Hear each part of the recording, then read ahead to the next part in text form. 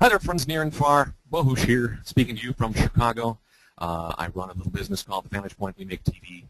And Premiere has been one of my favorite tools, and it's always nice to be able to get as much work done inside Premiere as I can. The minute I have to stick my nose into 3D software or After Effects, I feel like I'm kind of stepping away from my core power as an editor. So we're going to be talking today about Boris Effects' Extruded Text plugin. It's actually a complete 3D system inside Premiere. You're going to be surprised at just how expansive it is. And it's not just for making 3D text and just plunking it down. You can animate the 3D text, texture it.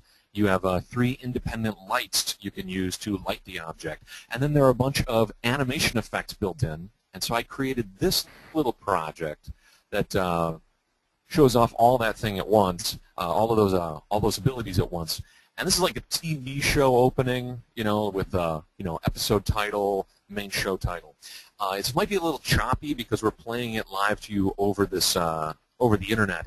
But don't worry, we're going to step through it and take a look at the pieces one by one. And also, you'll be able to download this video and watch it on your own machine. So what looks creamy smooth to me may not look creamy smooth to you, but here it comes.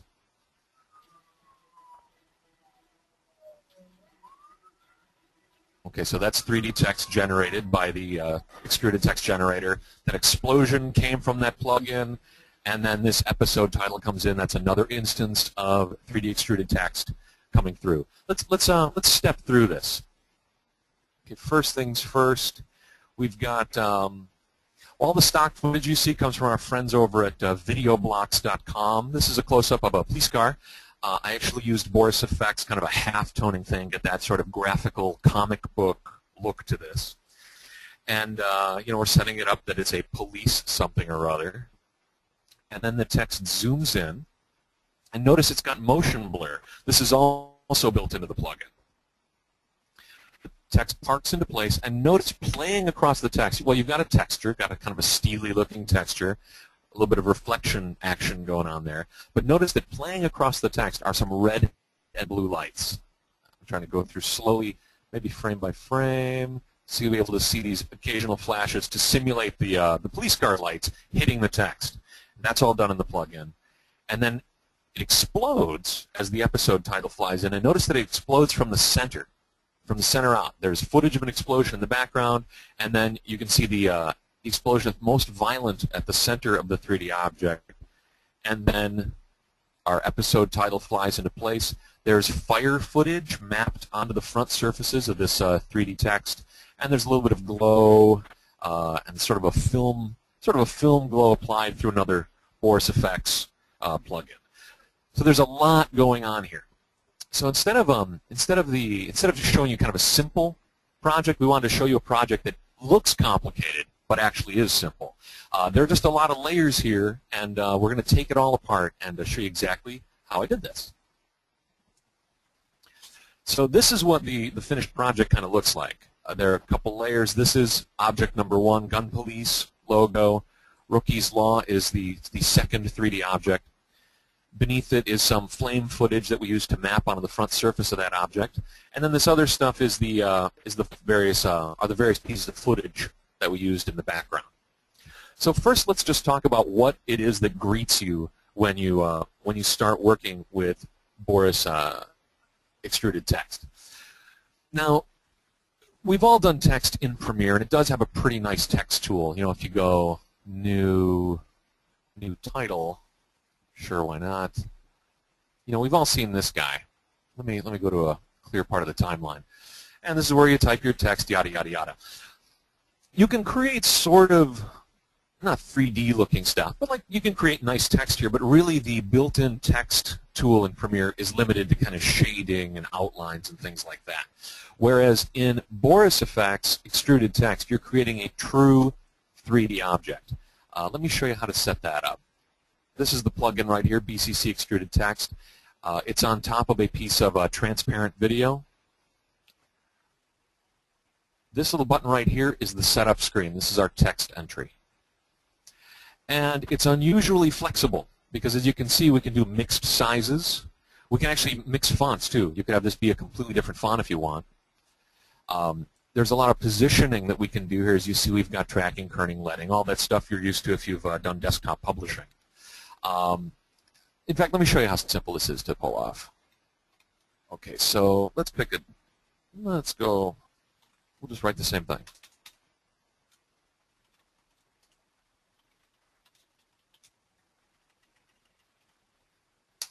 Okay. I'm probably not going to fuss over this as much as I did for the final output, but I just want to give you some idea. Let's see, I knock it down to, oh, that seems about right. See, and by adjusting the baseline, I can move that guy up. By adjusting the baseline, I can move this guy down. So you see, I'm able to do a lot of different stuff that normally you have to be in the desktop publishing to get all this. And how many times have you gotten a project where the client says, yeah, I want a logo, but I don't really have anything ready? So you can actually do logo work right here in the plugin itself because you have so much control over how the fonts are treated. And let me recommend a few things. Don't pick a font that has lots and lots of little fiddly details because you're going to be creating a 3D object and adding actual polygons to it. If there are a lot of fiddly, like those distorted kind of fonts, the ones that look burned up or etched in acid, those will create just a ton of little data points that can slow things down. I usually try to stick with simple fonts. You can go with serifs if you want; those can look cool.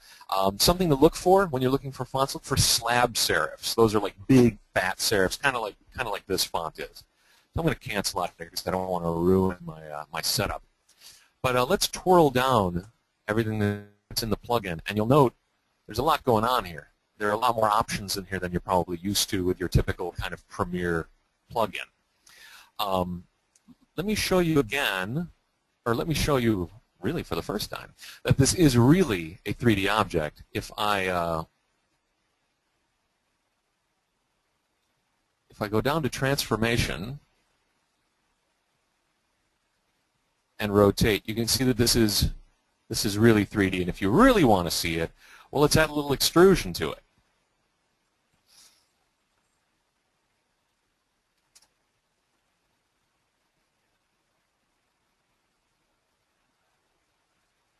Okay, so you get the idea that this is a real 3D object. We can go behind it. Okay. But right now we have sort of a default look to this. Let's look at the tools that we need to control what this ends up looking like. At the very top of the plugin, you've got a load and save request, and you'll find these all over the place within the plugin. You can load and save looks that you've created. So once you have an object that you really like, you can save it and use it repeatedly in future projects. You can also save just parts of it, like the texture, the bevel setup, things like that. And there are also tons and tons of presets that come with the Boris effects, Extruded Text. And you can sort of browse them if you want by just going through these up and down arrows. This is, oh, we need to actually put a value in there. Whoop.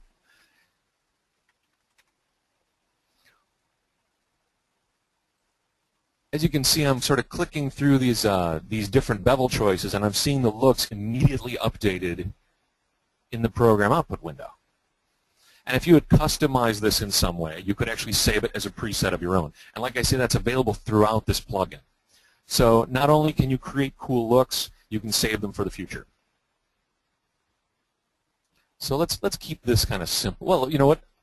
Let's talk about rendering. Since we talked about polygons a moment ago, the polygon count has to do with how many polygonal objects are being created by extruded text.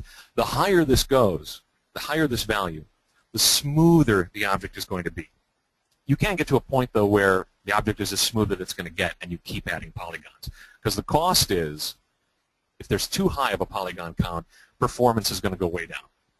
So you want to really balance how many polygons. It defaults at, I think it defaults at 12. And so far for me, that's been a pretty good value. Also, there's anti-aliasing built right into the plugin. I've got it in draft mode right now, just while we're working to speed up the interface responsiveness. But before you render, you're going to want to come back and click better. The way I do stuff is usually render is my first stop when I'm creating a logo. just to like kind of turn everything down, column everything down, so I can have nice responsiveness while I'm working and being creative.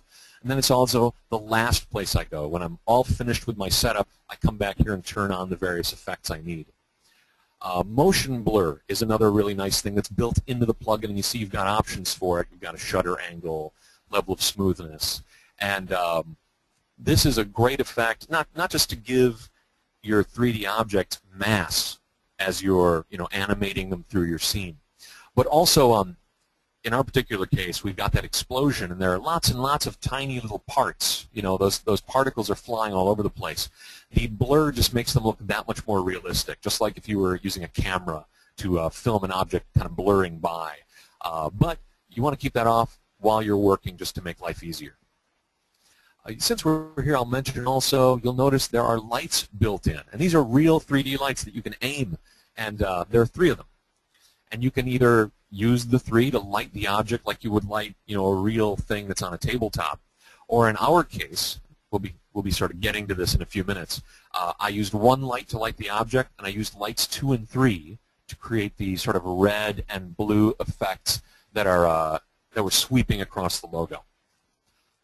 All right. So that sort of render is kind of your first stop. That's sort of your administrative record-keeping kind of spot. Okay, extrusion style. This is where you say how deep do you want this object to be. I've got it set to 5, but I mean you can go nuts with that.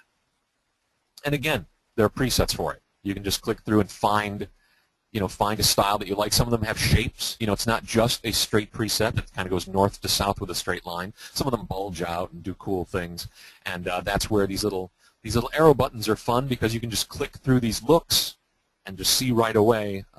You can see the effect on your object right away in real time. Bevels. Now, bevels are richly controversial in the world of 3D animation. Some people hate bevels. Some people like them. Me, I like bevels. A bevel is kind of an intermediate angle between faces, right? So you've got your front face and your side face. You put the bevel in there, and it's kind of like, let's say, a 45-degree angle that runs around that whole face of the object. What I like about them is when you're animating text, or really animating any 3D object, those bevels are an extra surface to catch the light. And so they enhance legibility of the front of your logo. Like in our case here in the Gun Police project, let's take a look at it again in kind of full living color. Okay, the front face and the side face, they're different colors. The side is dark, the front is bright. But as you can see, that little bevel that's running around the front faces just enhances readability a lot.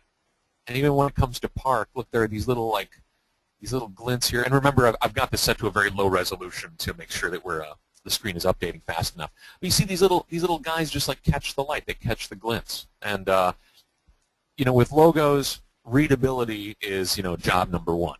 So I usually put at least a little bit of bevel onto any logo kind of project. Even .30 and just something really simple is just fine.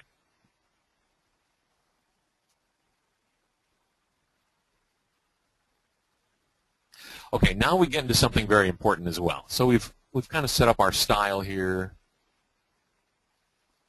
Okay, material count, super important. When you create a 3D object, you're starting with the flat text that you've composed, right? So that's just the front face. Then you extrude it, so you're kind of pushing the sides back. And now what you want to be able to do is control what you put onto those faces. So you've got a couple different options here. You've got 1, which is kind of the default, meaning that it's all one color. Whatever options you choose, that I'll be showing you in a moment, that's going to apply to the entire object as a whole. I almost never use this. 2 mean that the front and the back are treated the same, and the bevels and the sides are treated the same. Sometimes I'll use this as a minimum. Like if I'm in a real hurry and I want 3D text that looks kind of just plasticky, graphic-y, I'm not looking for realism, I'll do at least 2 surfaces. The front face will be one color, and the sides will be a slightly darker shade of that same color, again, to enhance readability. 3, kind of my favorite. Front and back, one color. if you're going to see the back, maybe you want to go with 4, because then you can address the back independently. But me, keep the front and the back, one setting. The bevels have another setting, and the sides are yet one more place where you can add whatever texture you want. So for this project, I went with 3. Okay. Here again, here's one of these loaders. There are a ton. You know, I should open one of these up so you can see there are a good number of texture setups here. I think for our project, I just used. Let's see, we can step through. See, this is the part I kind of like, is just browsing. Let's see, gunmetal we used for the sides, metal chrome. There we go, and that sets up a lot of these other options here. Okay, like reflectivity and colors and things like that. But you might want your own control. So let's take a look. So front texture file, that's what is being applied, you know, as if it were like a piece of contact paper just being applied to the front faces. And you'll note a lot of options ship with the plugin. You can also add to this if you want, but there's a lot of stuff here. You know, I'm just picking a few here kind of at random. Now, there's something else fun you can do since we're on the front face. You can also map video onto any surface that you want, live video. So let's actually turn this off. Let's select none for the front texture file. And what we want to do is I'm going to move our gun police layer up one. And here's some footage I have of fire. I'm going to slide that underneath like so. Okay, and it does exactly what you'd expect. That fire has an alpha channel in it, so we can see through to the kind of neutral blue background I had set up. But we want the fire to be on the front faces of the object. So go back to the gun police logo. Let's go back down to materials. And now front texture layer, if we click, you'll notice it gives us a list of the video tracks we have open. So if I select video 2, which is where the fire and flames video is, bang. Now it looks a little dim because of some of the other options we have chosen, which I'll show you in a moment. But now what we can do is that fire that's in the background of our video, we don't need to see it. We only need the object to see it. So what I can do is just go into its opacity, turn it all the way down, and the fire stays on the front surface of the object. Let me show you some of these options. You've got highlight amount, which controls like how bright the object gets when light hits it. You know what? What's spoiling us is that. There we go. So you can control, just like in a real 3D program, you can control all these aspects of how the materials will behave when light hits. There's also a bump mapping, and bump mapping is really cool because it allows you to add a texture on the front of the object that will react just to light. It doesn't really color the object, but as light skitters across, it gives it an extra level of dimensionality. Yet another way to make stuff look even more 3D. And then what I really like is this reflection. The entire object will respond to this. So it's as if there were this gray horizon in the world around the object. And then as we animate it, let's go down to orientation again. We can kind of see all these reflection things in play at once. You see that horizon that's kind of moving across the object? That comes from this reflection setting. So I mean, there's just a ton of stuff you can do right here in just the materials. We haven't even started animating yet, and we're already getting, you know, a big chunk of the look of what this project is going to be. So let's close that down. Side material is the exact same. I chose just the default, like brushed metal, not default, I should say, one of the included textures. And then for the bevel, I'm sorry, you have all the exact same options for side. So you could have video mapped on the side if you wanted. And then bevel, I just chose shiny. I just want it to be bright because, again, I'm going for readability of that text. Okay. So that's sort of a run-and-gun look at just all the kind of texture setup stuff you can do right within the plugin. and we showed you that it is a real 3D object. So now let's move into talking about lighting it up. I've got another little timeline set up here, very simple. So all I did with my, my logo object, I tilted it back a little bit to make it look kind of massive. Let's twirl down. Let's go down to transformations. Transformations, sorry, let me close up a few of these things. Transformations is where you move the object. You're able to rotate it, you're able to push it on and off the screen. So as you can see, all I did was like a little -18 on X to just tilt it back. But you're going to say, well, wait, there was a much more exciting animation, you know, in the project itself. It zoomed in and everything. We're going to get to that in a second. For right now, because we're doing sort of an elaborate lighting effect, it's a little easier to keep the object at 0, 0, you know, keep it kind of at its default resting spot. And we'll do our lighting effect. And then we can actually also animate the virtual camera in Extruded Text. So the object can stay in one place. We can do all of the things we need to do to it. Keeps the math easier if the object is just at its kind of center default spot. And then we will use the virtual camera to zoom past the object, and that's what's going to give us our motion. But we're talking about lighting right now. So let's take a look. Right here at the top, you activate how many lights you want to use. 1, 2, and 3. I'm going to temporarily turn off 2 and 3. So you can just see this is the just kind of single light we have playing across the object. And those controls are right here, built-in light number 1. As you see, a nice level of control here. You choose between lighting types, and you know what's going to make life even easier? If I click on the name of the plugin, you see we get some on-screen controls right here. Okay, there are all these little kind of crosshairs and handles and stuff. And several of them are for lighting. They're actually pretty indispensable. So, okay, light number 1 is a point light. You choose from 2 kinds of light. A point light is sort of like a bare light bulb. It just throws light all over the place. It's very nice for setting up kind of general lighting to make sure, like in our case, the whole object is getting some light. A spotlight works like a real-life spotlight, and you put the virtual light in one place, and then you aim it at another place, right? So you sort of hang it in 3D space, like you would in real life. You hang it up on a grid or put it on a light stand or something, and then you control where it hits. You actually have that level of control here in the plugin. We're starting out simple, point light.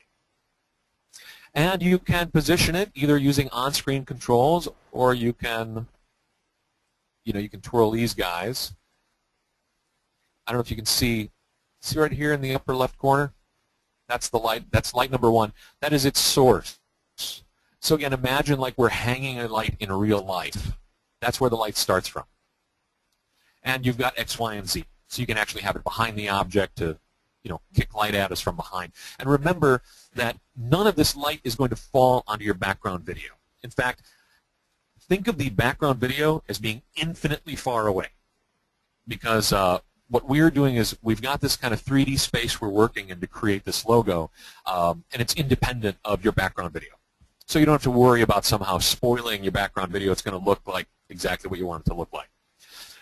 Okay, so we've got our source. Like I said, we can click and drag it in here if we want. And then L1, light number 1, has a target as well, also in XYZ. So, whoopsie. Let me click on the name of the plugin again. Oops, wrong one.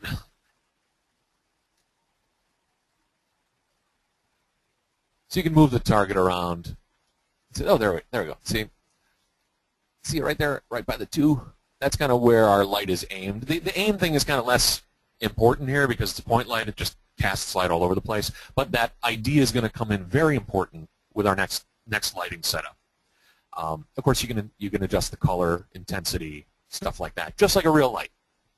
Let's get into the fun stuff. Yeah, don't let all these keyframes spook you. I'm going to show you something very cool here. Okay, so let's actually turn off our light and turn on light number 2. Light number 2 is a blue light. Now it's only 4 frames, so I have to step through this. it's a blue spotlight that plays across the object. And then a few frames later, plays across the object again. Now the way we're creating this spotlight effect is we have a source again. Okay, that's up here. And then as I step through, you'll actually be able to see right in the middle of the blue. Let's see if I can. It's right here. Okay, that's the L2 target, light number 2 target. We're animating through keyframes where it's aiming. So it scatters across the text like that. And then it repeats. So you get the effect, you know, of a police light that twirls around. Now there's a little trick here. In order to make this work, we keyframe the target. It just takes 4 frames to go across the object. Then we turn the intensity of the light down to 0. And we track that light back. See this little lonely little target going back? Because we need to get it back to its initial position. Then we quickly, through keyframes, ramp the intensity back up, and then the animation repeats. So that's the beauty part of this. Because it's a repeating pattern, all I did was set up that once, and then just copied and pasted it a bunch of times into the timeline. Let me repeat that. So it's 4 frames across, animating the target of the light number 2 that's colored blue. 1, 2, 3, 4. It's off the object. Now it's in. You know, I should bring this down. Here are the keyframes for the intensity. The intensity is dropped down to 0, so that when we move the target back across the object to reset it, we don't see the blue light. Now it's off the object. Intensity goes back up, and paste that same move back in. So it looks complicated, but it's really just like a set of 4 keyframes, I think. Okay, so being that I've established myself as a cheater, well, how did I do the red light? Well, the red light is light number 3, and it's the same thing. It's the exact same thing. All I did was aim the light a little bit lower.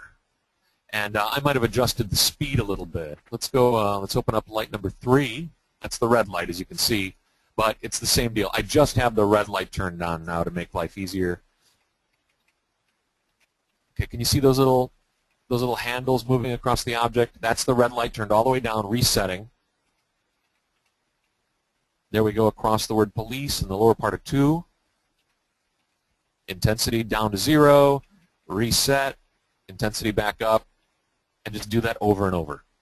Okay, so it's a lot of copy and paste, which I hate to admit I do a lot in my work. If I can find a pattern like that that adds like a lot of production value just with some simple copy and paste, oh, I'm going to be all over that. Okay, so let's turn our lights back on. So again, we've got general illumination with light number 1, and then light number 2 and 3 give us this cool police kind of effect.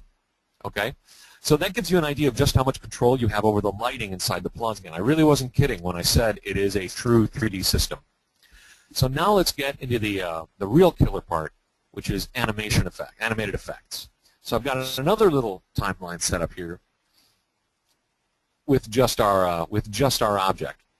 You know, and since we're here, we'll also use this as an excuse to talk about camera animation. So in this example, the object is not moving at all. The object is at 0, 0. Imagine it as if you had an object on a tabletop, and you're just whooshing the camera past it. And to the viewer, you know, they don't have a point of reference. To the viewer, it looks like the object is moving, not that the camera is moving. So if we twirl down extruded text here, you'll notice you've got transformations. Again, that's to move the object itself. Then there's also a bunch of controls for built-in camera.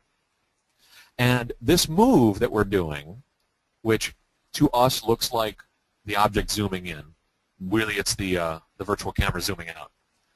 It's just, as you can see, it's a start set of keyframes and an end set, and that's it. Little bit of ease in and ease out so that it parks smoothly. And the nice part is, if we were actually moving the object, that means that lighting effect we did with the police lights, we'd have to like constantly have to be re-aiming the lights as the object moves. And I didn't want to do that. I'm sort of lazy at heart. And so, like I say, the lights are playing on the object at 0, 0, and we're just moving the camera past. And look, like you can see the lighting effect taking place on the object. You can see all that reflection stuff happening, as if, you know, like this horizon line. You know, you can see it changing position on the object, as if this object were flying around in a real 3D world. Okay, so that's pretty wicked. All right, now let's talk about the explosion. It's 2 keyframes. That's all it is. If we look down here at the very bottom, after you've done all of your setup stuff, all of your lighting stuff, all of your texturing and all of that, you go down to the bottom. This is all still in the same plugin, and you've got all of these procedural animation effects. So you can make these 3D objects bend, curl up. You can have them kind of ripple. That's a real popular one. Pulse makes it seem like the thing has a heartbeat. We use shatter. Okay, so you turn on shatter. There's the checkbox. Twirl down, and you've got another suite of things to look at. But the best part is you're kind of going down this list and just choosing your preferences. You know, how do you want this explosion to behave? You know, how likely is this going to happen? How likely is it that that's going to happen? And once you make those decisions, you just go down here to manual time, and you just put in 2 keyframes, right? And that's so there's no explosion. You know, we're keyframing from a value of 0 up until what? Oh, yeah, 8. And that's what kind of takes us through. It basically steps us through all of these explosion shatter preferences that we set up. Let's take a look at some of them. Okay, crack mode. Crack mode has to do with how the object will explode. Let's actually go to where it just starts to explode. Like so. Okay. Crack point is just controlling exactly how does this thing break apart. Random is nice. Crack points kind of leaves, you can see the difference there. More of the object is intact. And of course that's adjusted by some of these parameters down here. Horizontal lines, it just breaks up in this kind of horizontal way. And you can do the same thing on an angle that you select. I'm a fall-off crack points man myself.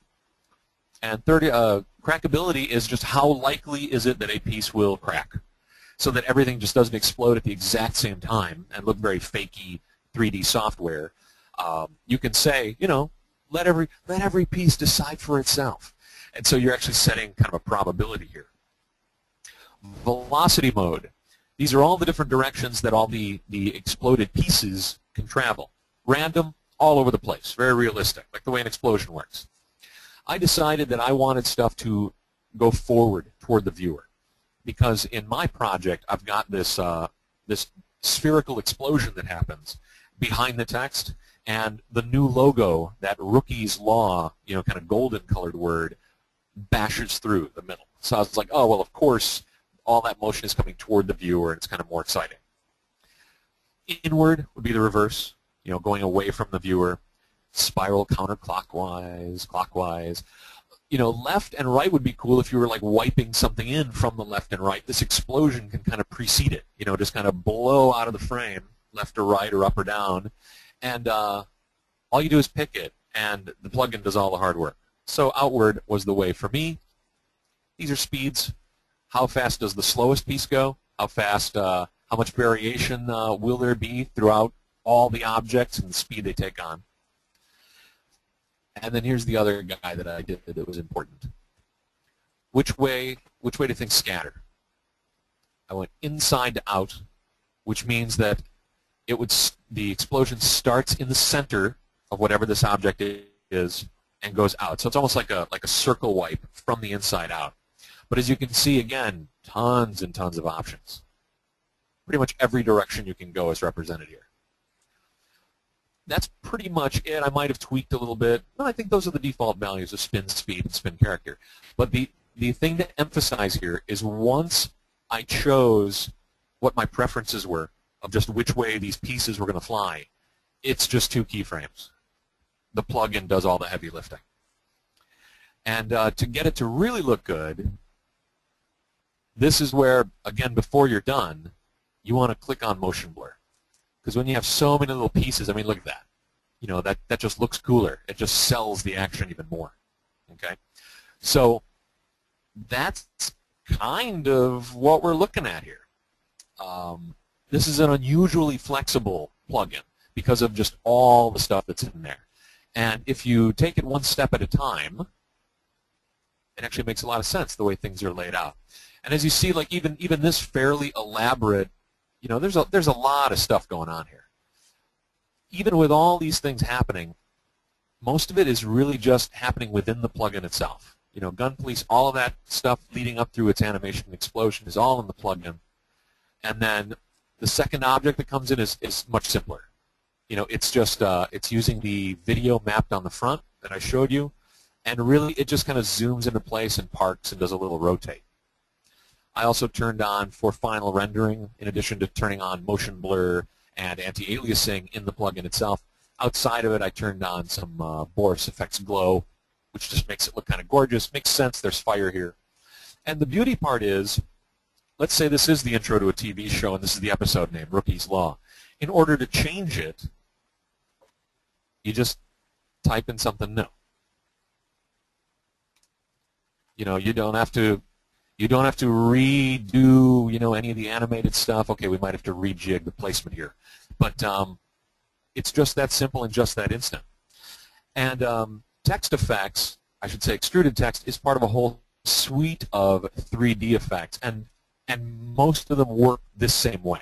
They all have a way to set up an object.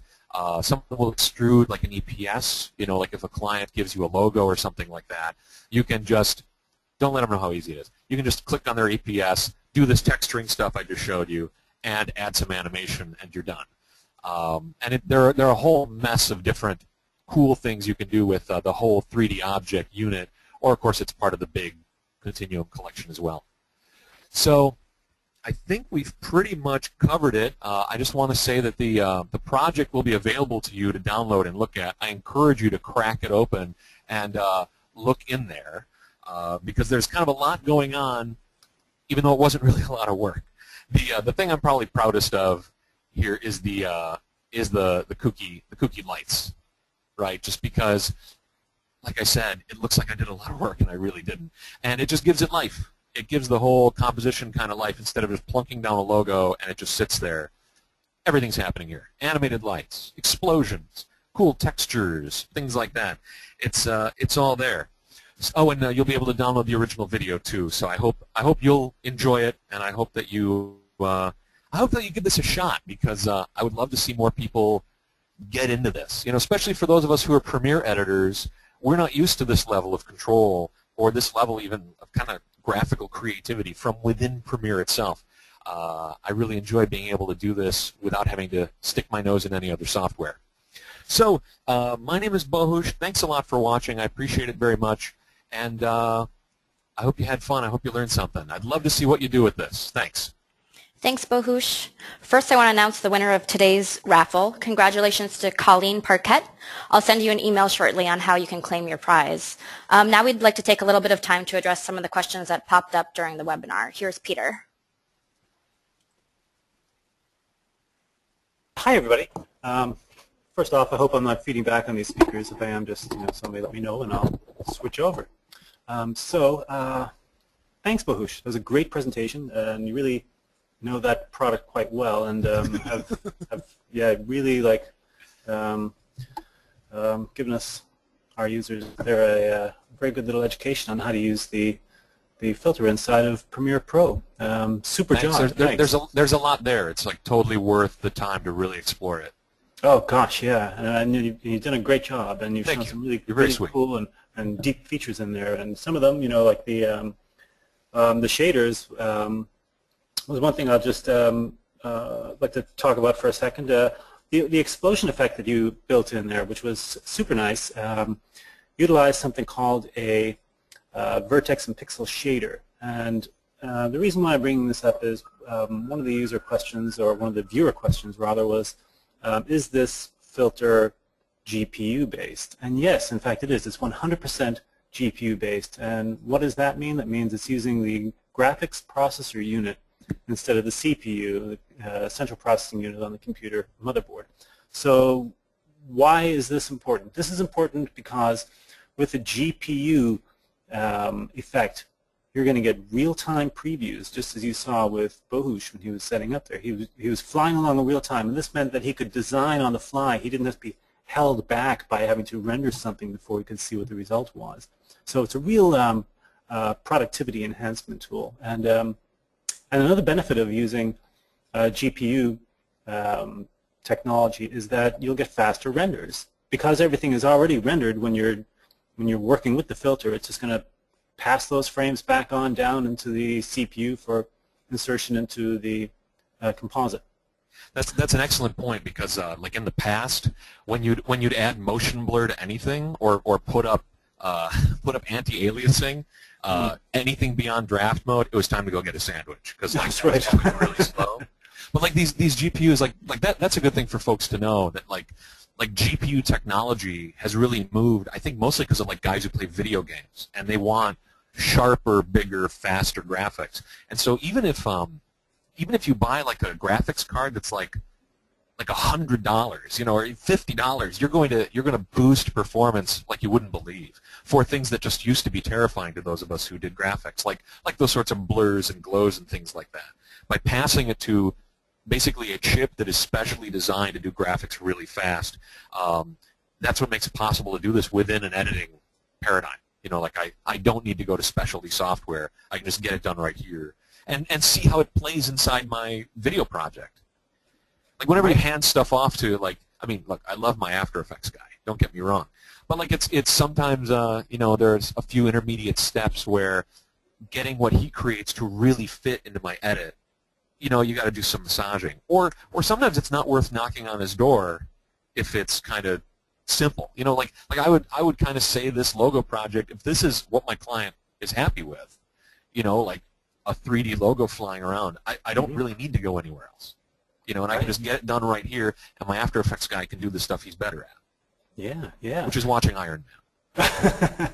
And, you know, one thing, Bohus, you mentioned there was After Effects. And, of course, BCC is deployable on many hosts. And when you purchase and install the BCC 8.3 AE product, you're not only installing into Premiere Pro, but you're also installing into Adobe After Effects. And, you know, we saw some great tools inside the Premiere Pro version of the product. We have this built-in 3D camera system and a built-in 3D lighting rig, which, you know, can produce tremendous results, just as Bohus showed.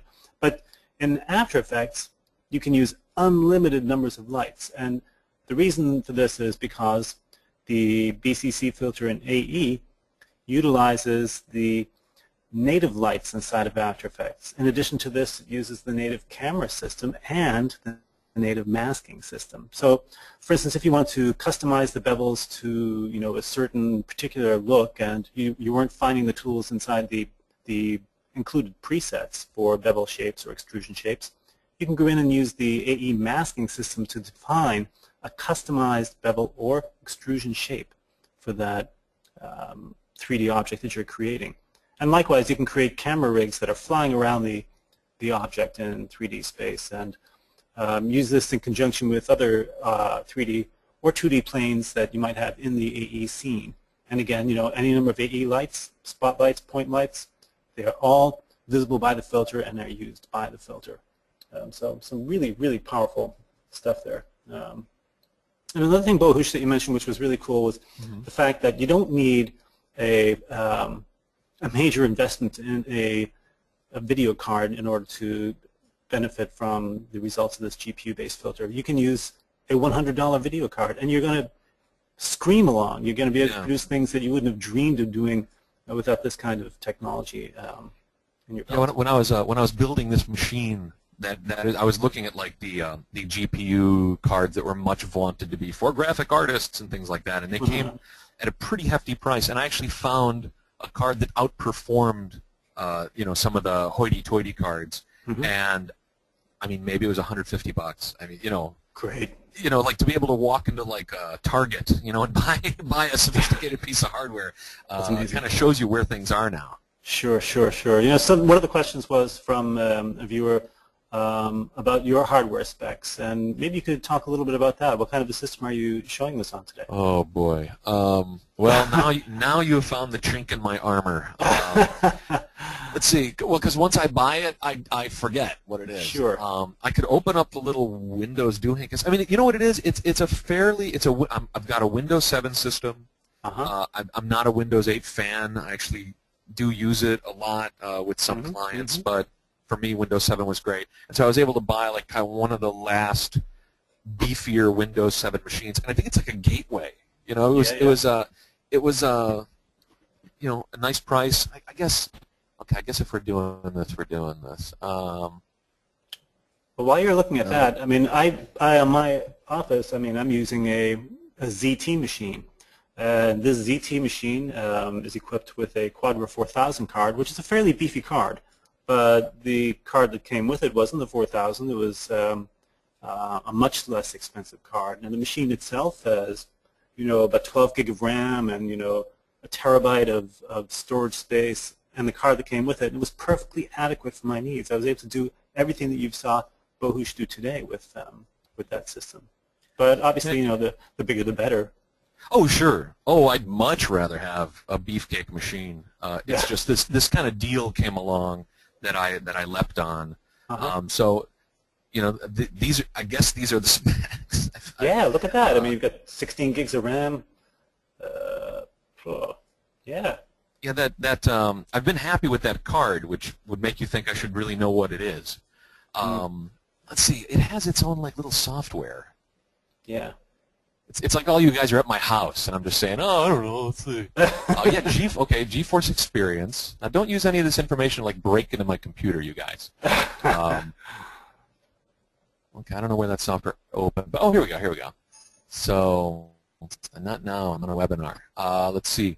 Nvidia Geforce Experience, my rig. Look, hey, everybody, look. Here it is. Right on. There you go. Okay. So this was actually a quite inexpensive card. As I say, it outperformed a lot of the sort of graphics guy-oriented cards.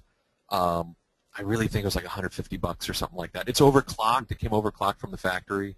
It's a beauty. I've never been happier. Cool. So you don't even need like a crazy rig to make this kind of stuff work. Right. And that's the beauty about it, And gosh, there was one other question which I'd like to address here right now, and that was, Bohus, you used 3 lights in your effects there, but one person said, "Hey, how come I only have 1 light?"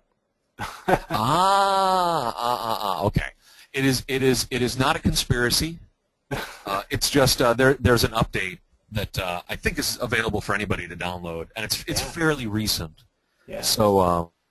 Because I think when I started monkeying with this project, we sort of talked about it. It's like I guess we could put 3 lights in there because I really wanted to do this red and blue spotlight thing. Like when I went to bed and said my prayers at night, I said I really want to do red and blue spotlights in Extruded Text, and lo and behold, there it is. And so everybody should know the idea came from you. It was it was your idea to add. Not exactly an original idea. But we had them inside of After Effects already, and inside the NLE systems, we offered 1 light, and then we had talked about it internally for a while. Gosh, maybe we should offer more lights. Oh, is it going to clutter the UI? Will people want this? And lo and behold, you arrived and you said, "Hey, I'm trying to do this effect that I have in my mind, but there's only 1 light. What's going on?" And so, well, you know what it points to. I mean, this sounds like kind of a bigger issue, but like I think. I would love to hear from the folks out there who are editing, but I think that more editors are having more demands put on them to be more of a graphics artist as well as an editor.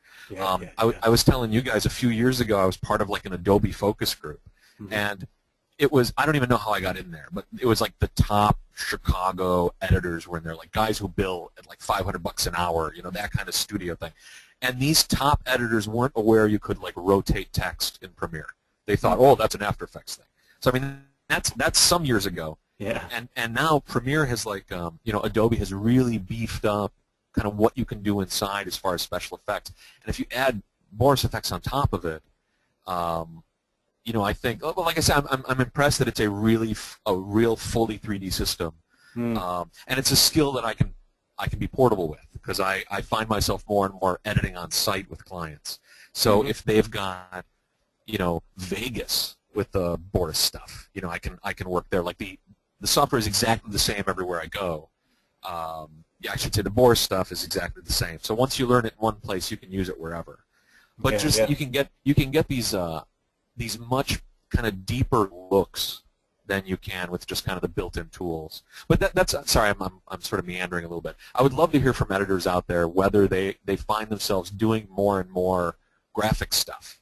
You know what's interesting on that topic, Bohus, was just yesterday, in fact, I was sitting with a group of editors at a production facility in Boston called Powerhouse Productions, and they use our stuff too, and they wanted to get deeper into it. So we sat with them, and I sat with them. I was showing them how to better utilize the tools that they have. One of which is BCC, and they said, gosh, we don't do all that much in terms of our own graphics. We outsource a lot of this, and what you're showing us is going to give us the ability not only to keep everything in-house, but immediacy. We will be able to have full control over it right away. If the client has an AA or a change, we can make that change right away, save time, save money. Well, and the After Effects interoperability is important too, so that if you do have something more extravagant and you need to hand it off to the After Effects guy, he can give it back to you. You can open it in Premiere if you need and make tweaks. Lots of times it's not worth the $80 an hour the After Effects guy wants, to tweak a color or turn a light down. So now you're kind of both working on the same data. I don't know. I just prefer I just prefer to have my nose kind of in one place if I can. So if I can just kind of stay in Premiere and barrel through, then I'm in good shape. And the fact I can't think of anything more that I'd want this to do for like logo work. And my clients are always surprised. That's the other nice thing, is they're always surprised when I do this for them. Like they're always expecting their logo to come up on a white background. I'm like, no. I mean, they don't all explode. Not everybody really responds well to their logos exploding. But okay. Yeah.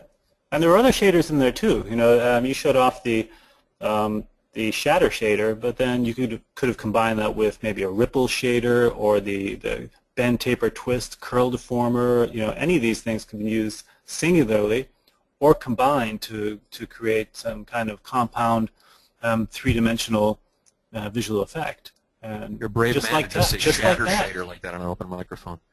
Yeah, shatter shader. Look at that. See, and we didn't even. There are no keyframes here. Yeah. All we're doing is we're sort of setting up a behavior. Right. I said procedural before. That might not be a hip word anymore. But basically, you're just setting up a behavior, and it's basically a trend that this object is stepping through. And we still have the explosion turned on. So it's still going to blow up, and it's still going to ripple while it's exploding, unless you lose track of where the pieces are. There we are. And these can be used as animated effects, or they can be used as just single looks. Like you've got bend. Let me turn some of these off. You've got bend, taper, twist. That's just a nice way to just modify the entire. Oh boy. Sorry, it's not being very responsive right now. Come on, don't be scared. I think you need to. Oh, it's because I don't turn it on. See, it's just like the light switch in your house. It doesn't do anything. That's you just look at it. That's right. Okay. But like this could be. This doesn't even have to animate. This could just be, part of the look of your logo. So super flexible. Yeah. And all of this can be saved off in a preset. Not only a static preset, but as you mentioned, an animated preset. And create fantastic animated presets in one session, and you might come back to these a week, a month, 6 months, a year, or whatever time later and say,